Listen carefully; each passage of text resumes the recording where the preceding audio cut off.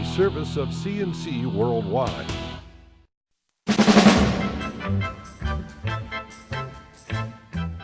The Daily is a service of CNC News and Jib Jab Greetings. I'm Bud Lowell. Your full AccuWeather forecast is right across the top of every CNC local news page.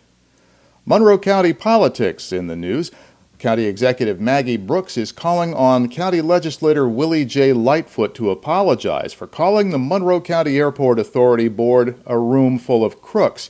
Lightfoot, who's a Rochester Democrat, says he is standing by his criticisms. Lightfoot was a member of the Airport Authority Board until the county legislature's Republican majority voted him off at Tuesday night's meeting. The official reason was that he missed too many meetings.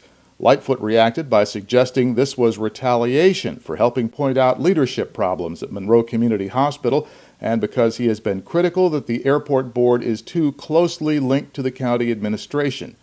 It was during a break in the legislature meeting that Lightfoot was heard saying he would rather be home with his family than sitting in a room full of crooks.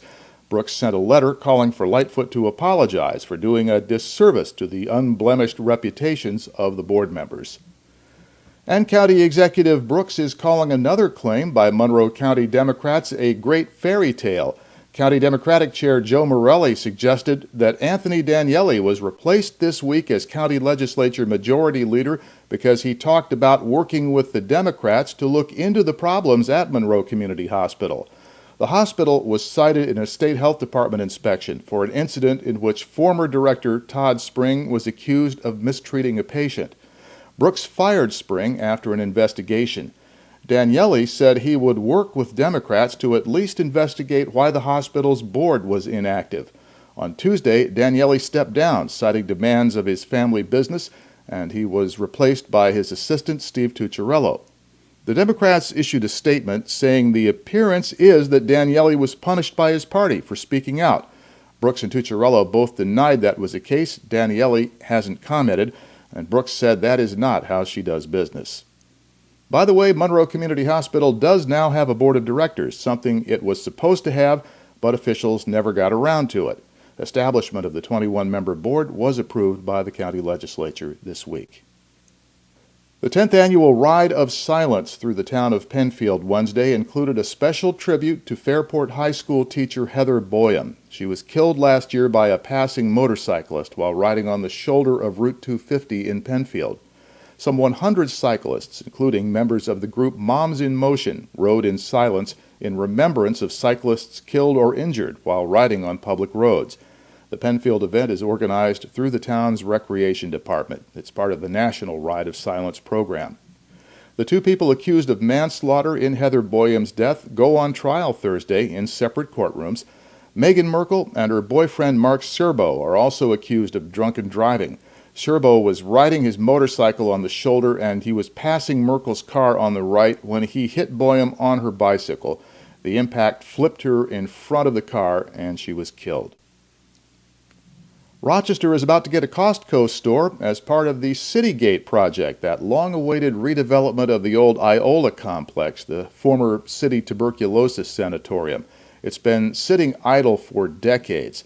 Costco is the nation's largest membership warehouse club, similar to Sam's. The Rochester Costco will be the first in all of western New York. And Citygate is being developed at East Henrietta and Westfall Roads right on the city-Brighton town line. Developers Anthony Costello and Son announced Wednesday that Costco will be the major commercial anchor for the mixed-use project. The rest of the $250 million development will include a mix of 2- and 3-bedroom apartments, retail and commercial space, and a hotel. Citygate is expected to create as many as 300 full-time jobs, more than 1,500 construction jobs. Rochester police have identified the woman killed in this week's shooting in the city of Rochester as 20-year-old Kiara Mae Jones. Jones was one of 3 people hit in a drive-by at 90 York Street while they were standing in the front yard of a house. She died later at Strong Memorial Hospital. The other victims who are recovering are 21-year-old Vernell Rose, who was found with Jones by police, and 23-year-old Priscilla Pollock, who was taken to the hospital by a friend. Rose is in stable condition and Pollock was much less seriously injured. Rochester Police Chief James Shepard is asking the community to cooperate with his investigators, and he's putting increased patrols in the York Street area for the time being. Two Rochester area brothers will each pay a $3,000 fine for hiring illegal aliens. Jeffrey Lecter and his brother Douglas, both in their 50s, operate Clover Lawn Care. They were found guilty of knowingly hiring 2 or more unauthorized aliens to work for the business. Immigration and Customs Enforcement caught on after a Clover Lawn Care vehicle was involved in a traffic accident. The brothers were sentenced by U.S. Magistrate Marion Payson. And Rochester police say they've caught the men responsible for a string of 7-Eleven store robberies back in December.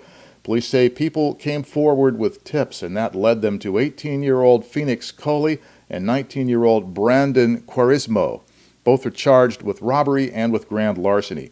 They're charged with holding up 7-Eleven stores at gunpoint on Emerson Street, Dewey Avenue, and Bay Street. This was over a 12-hour period, the night of December 4th to 5th. To the left of this player window are links to these and other stories, and on the bottom of the page, links you can use to post news and information directly to us. So the next news is as it happens. Updates are as necessary, and you guys and you YouTubers can help us be the judge of that by what you share with us. I'm Bud Lowell, CNC News.